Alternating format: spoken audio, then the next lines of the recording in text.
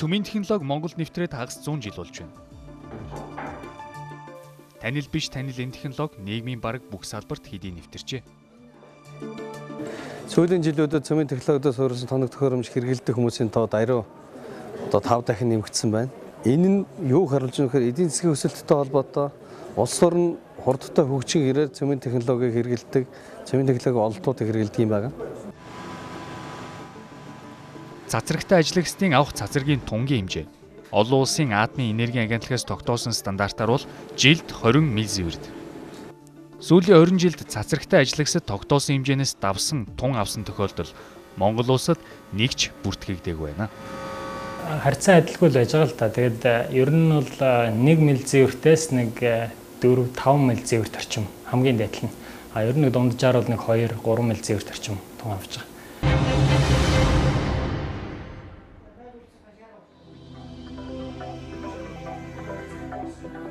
Өнөөдөр 160 гаруй эмнэлэгт рентген аппаратыг 2 чиглэлээр хэрэгжилж байгаагаас үзвэл цөмийн технологи ангаах ухааны салбарын салшгүй нэг хэсэг болон хөгжиж байна.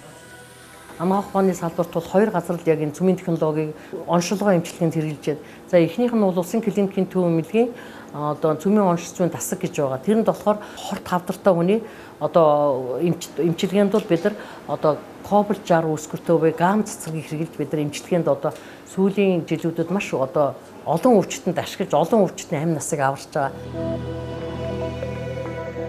Монгол улсад жил дунджаар 6200 хүн цөмийн онцлогоогоор онцлуулж бамбай булчирхай, элэгний хорт хавдар зэрэг өвчтөд 250 хүн цөмийн эмчилгээ хийлгэж байна. Харин жил бүр 5000 хүн хорт хавдартай гэж шинээр онц тогтоологдгоос 700-аас 800 нь туяаны эмчилгээ хийдэг байна.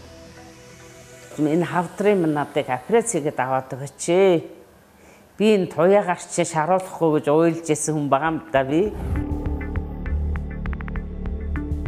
Гэр бүлийнхнээс хэсүүлэл хамаатан садан бүгд л тэр айхтар цөмийн цасраг туяагаар шаардсан юм чинь энэ хүн ерөөсө бараг амьд байхгүй байхал гэж бодож исэн баг. Цөмийн энергийг бол бид дайн байлдааны зорилтоор л хэрэгэлдэг л гэж боддог байсан. Аштай ингээд Монгол тус эмчилгээнд ингээд хэрэгэлдэг гэж үнэхээр мэдээгүй. Энэ стоп уучх юм бол бас надад сүүлд ямар дагавар нь ямар ах вэ гэдэг талаас өөртөөс жоох яагаад.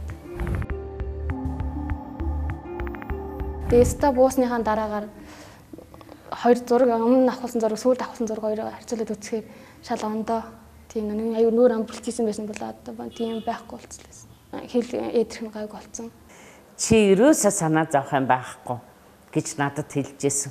Үнэхээр тийм байгааг би одоо 20 хэдэн жил биерээ үзэж явна да. Ирэх 5 жилийн хугацаанд Монгол улс цөмийн судалгааны реактортой болохоор судалж байгаа. Судалгааны реактортой болсноор эмнэлгийн аппаратуудын түүхий дуусан изотопо дотоодоос хангах боломж бүрдэхийн зэрэгцээ. Илүү олон хүн цөмийн технологи суурилсан эмчилгээгээр хавдраас ангижрах болно гэж мэрэгжилтнүүд үзэж байгаа юм. Бид нар Ё131-ийг бол маш өндөр үнэтэйгээр хятад улсаас авж байна. За тэгвэл дотооддоо бид нар үйлдвэрлэх хэл юм бол хавдрын булчирхайдаа, ясандаа, уушгиндаа ингээд үсрэхэлсэн хүмүүст одоо өндөр тунгаар өгөх. Өөрийн орондоо ингээд бүрэн одоо эмчлэх тийм боломж бол бүрдэнэ. Бид жишээлбэл Японд 2011 оны тэр газар хөдлөлтийн дараагаар одоо Монголд орж ирж байгаа автомашинуудыг цөмийн нэрийн газар нэг бүрчлэн хянасан шалгасан.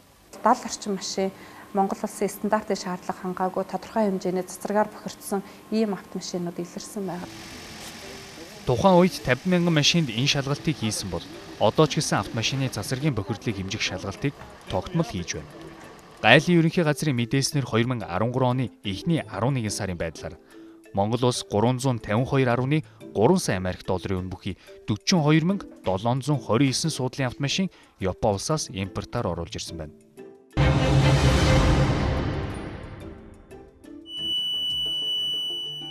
Хилгайлын шалган нэвтрүүлэх бомбтуудад ч бас цөмийн технологиг өргөн хэрэгжилж байна. 2006 оноос эхлэн цөмийн цацрагийн үүсгүүрийн хууль бус хөдөлгөөнийг хязгаарлах хяналтын төхөөрөмжийг Америкийн нэгдсэн улсын эрчим хүчний яамтай хамтран хилийн бомбтуудад суйрлуулад байгаа юм а. Монгол улсын 15 хилийн бомбтод цацрагийн хяналтыг төхөөрөмж нийт 83 ширхэг төхөөрөмжийг суйрлуулсан. За явган зорчиг шалгах, тээврийн гişэл шалгах, мөн галт тэрэг шалгах ийм төхөөрөмжүүдийг суйрлуулсан байгаа. Бид нар одоо гадаад явахдаа металл илрүүлэгч төхөөрөмжийн дундуур гардаг шиг нэг ийм монитор дундуур гараад идэг. Энэ маань болохоор яг цацрагийн үүсгэр илрүүлдэг ийм төхөөрөмж байгаа. Сигнал өгсөн мэдээ маань төв серверт очиод одоо тухайн цацраг үүсгэрийг таних мэдээлэл нь болж өгдөг. Тэгээд тухайн серверт очиод мэдээлэлээ уншаад ямар цацраг үүсгэр байсан байна гэдгийг одоо боловсруулж таньдаг байгаа. Маш богино хагас задрлын үеэр бага тунгаар эмчилгээ хийлгэсэн хүнийг хүртэл ингэж илрүүлж байгаа ийм нарийн мэдрэг чадвартай төхөөрөмжүүдийг бол суйрлуулж тавьсан байгаа.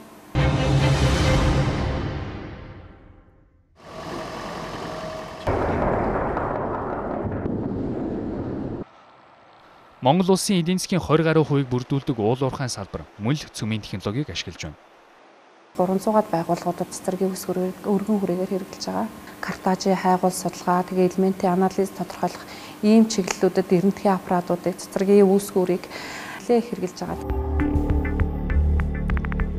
Технологийн хөгжил цөмийн технологийн салбарт хамгийн хурдтай нэвтэрч, жилээс жил судалгаа шинжилгээний аппаратын цацрагийн алдагдал багасч байна.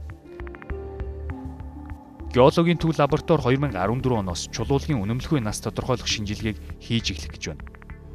Геологийн төв лабораторид яг жилдээ нэг 3 тэрбум орчим дөргөний ажил хийж үүсгэж байна л да. За тэгээ энэний дийлэнхийн 60-аад орчим хувийг нь бол ямар нэг хэмжээгээр цөмийн технологи оролцсон ийм шинжилгээний аргаар хийж үүсгэж байна. Тэгээ энэ цаашдаа энэ тоо бол ихсэн.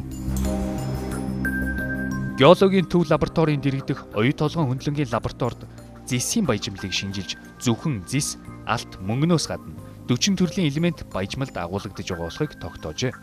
Тэр 40 элементийн дотор бол одоо цайр, хардуулга, молибден гэх мэтлэн элемент байгаа. Тэгээ тэр яг тэр агуулмжийн хэмжээгээр өнөөдөр гайл одоо ашигт мултмал ашигласныхаа татварыг авч байгаа. Оюу толгоогоос гадна Эрдэнэтийн зэсийн баяжмлыг экспортод гаргахад зэстэй хамт дагалдан экспортод гарсан бүтээгдэхүүнийг цөмийн технологи ашиглан тодорхойлдог юм.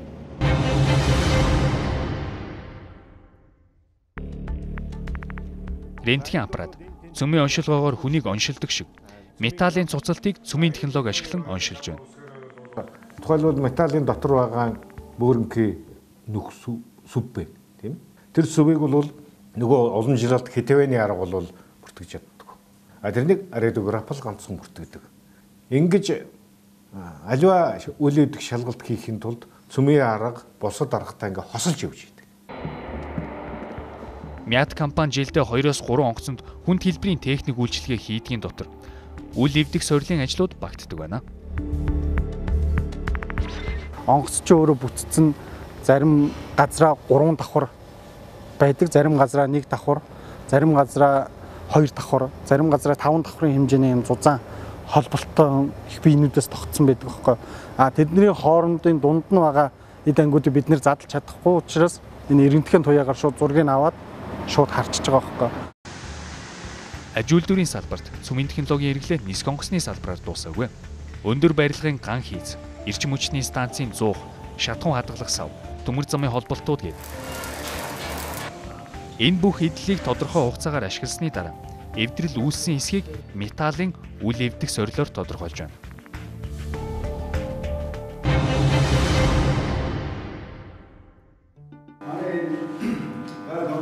Өнөөдөр Монгол улс 240 гаруй цөмийн физикчийг бэлтгээд байна. Үүн дээр 190 орчим цөмийн технологийн мэрэгчлэлтнийг бэлтгэсэн гэж бодохоор энэ салбарт нийтдээ 400 гаруй мэрэгчлэлтэн бэлтгэгдээд байна. Түүнчлэн гадаадын ихтэйд сургуульд 20 гаруй мэрэгчлэлтэн сурч ажиллаж байгаагийн зэрэгцээ. Жил бүр 10 гаруй мэрэгчлэлтэн Оросын холбооны улсад цөмийн энергийн талаарх мэдлэг чадвараа дээшлүүлж байна. Ирэх жил төрүүчийн явсан 10 хүн төгсөж ирнэ. Жил болгоно 10 хүн төгсөж ирэх нь биш. Ерөнхийдөө болсон хүчний тал дээр бол боломжтой гэж үзэж байгаа. Манай сургууль бакалаврын дараах хөтөлбөрүүддээ Монголоос оюутнууд аваад байгаа. Тэдний эхнийх нь төгсөж ирээд мост багшилж байна. Энэхүү цөмийн энерги зөвхөн эрдэмтэд мэддэг, улс төрчид маргадаг сэдв бус харин амьдралд ойрхон хэрэглээ болж байна.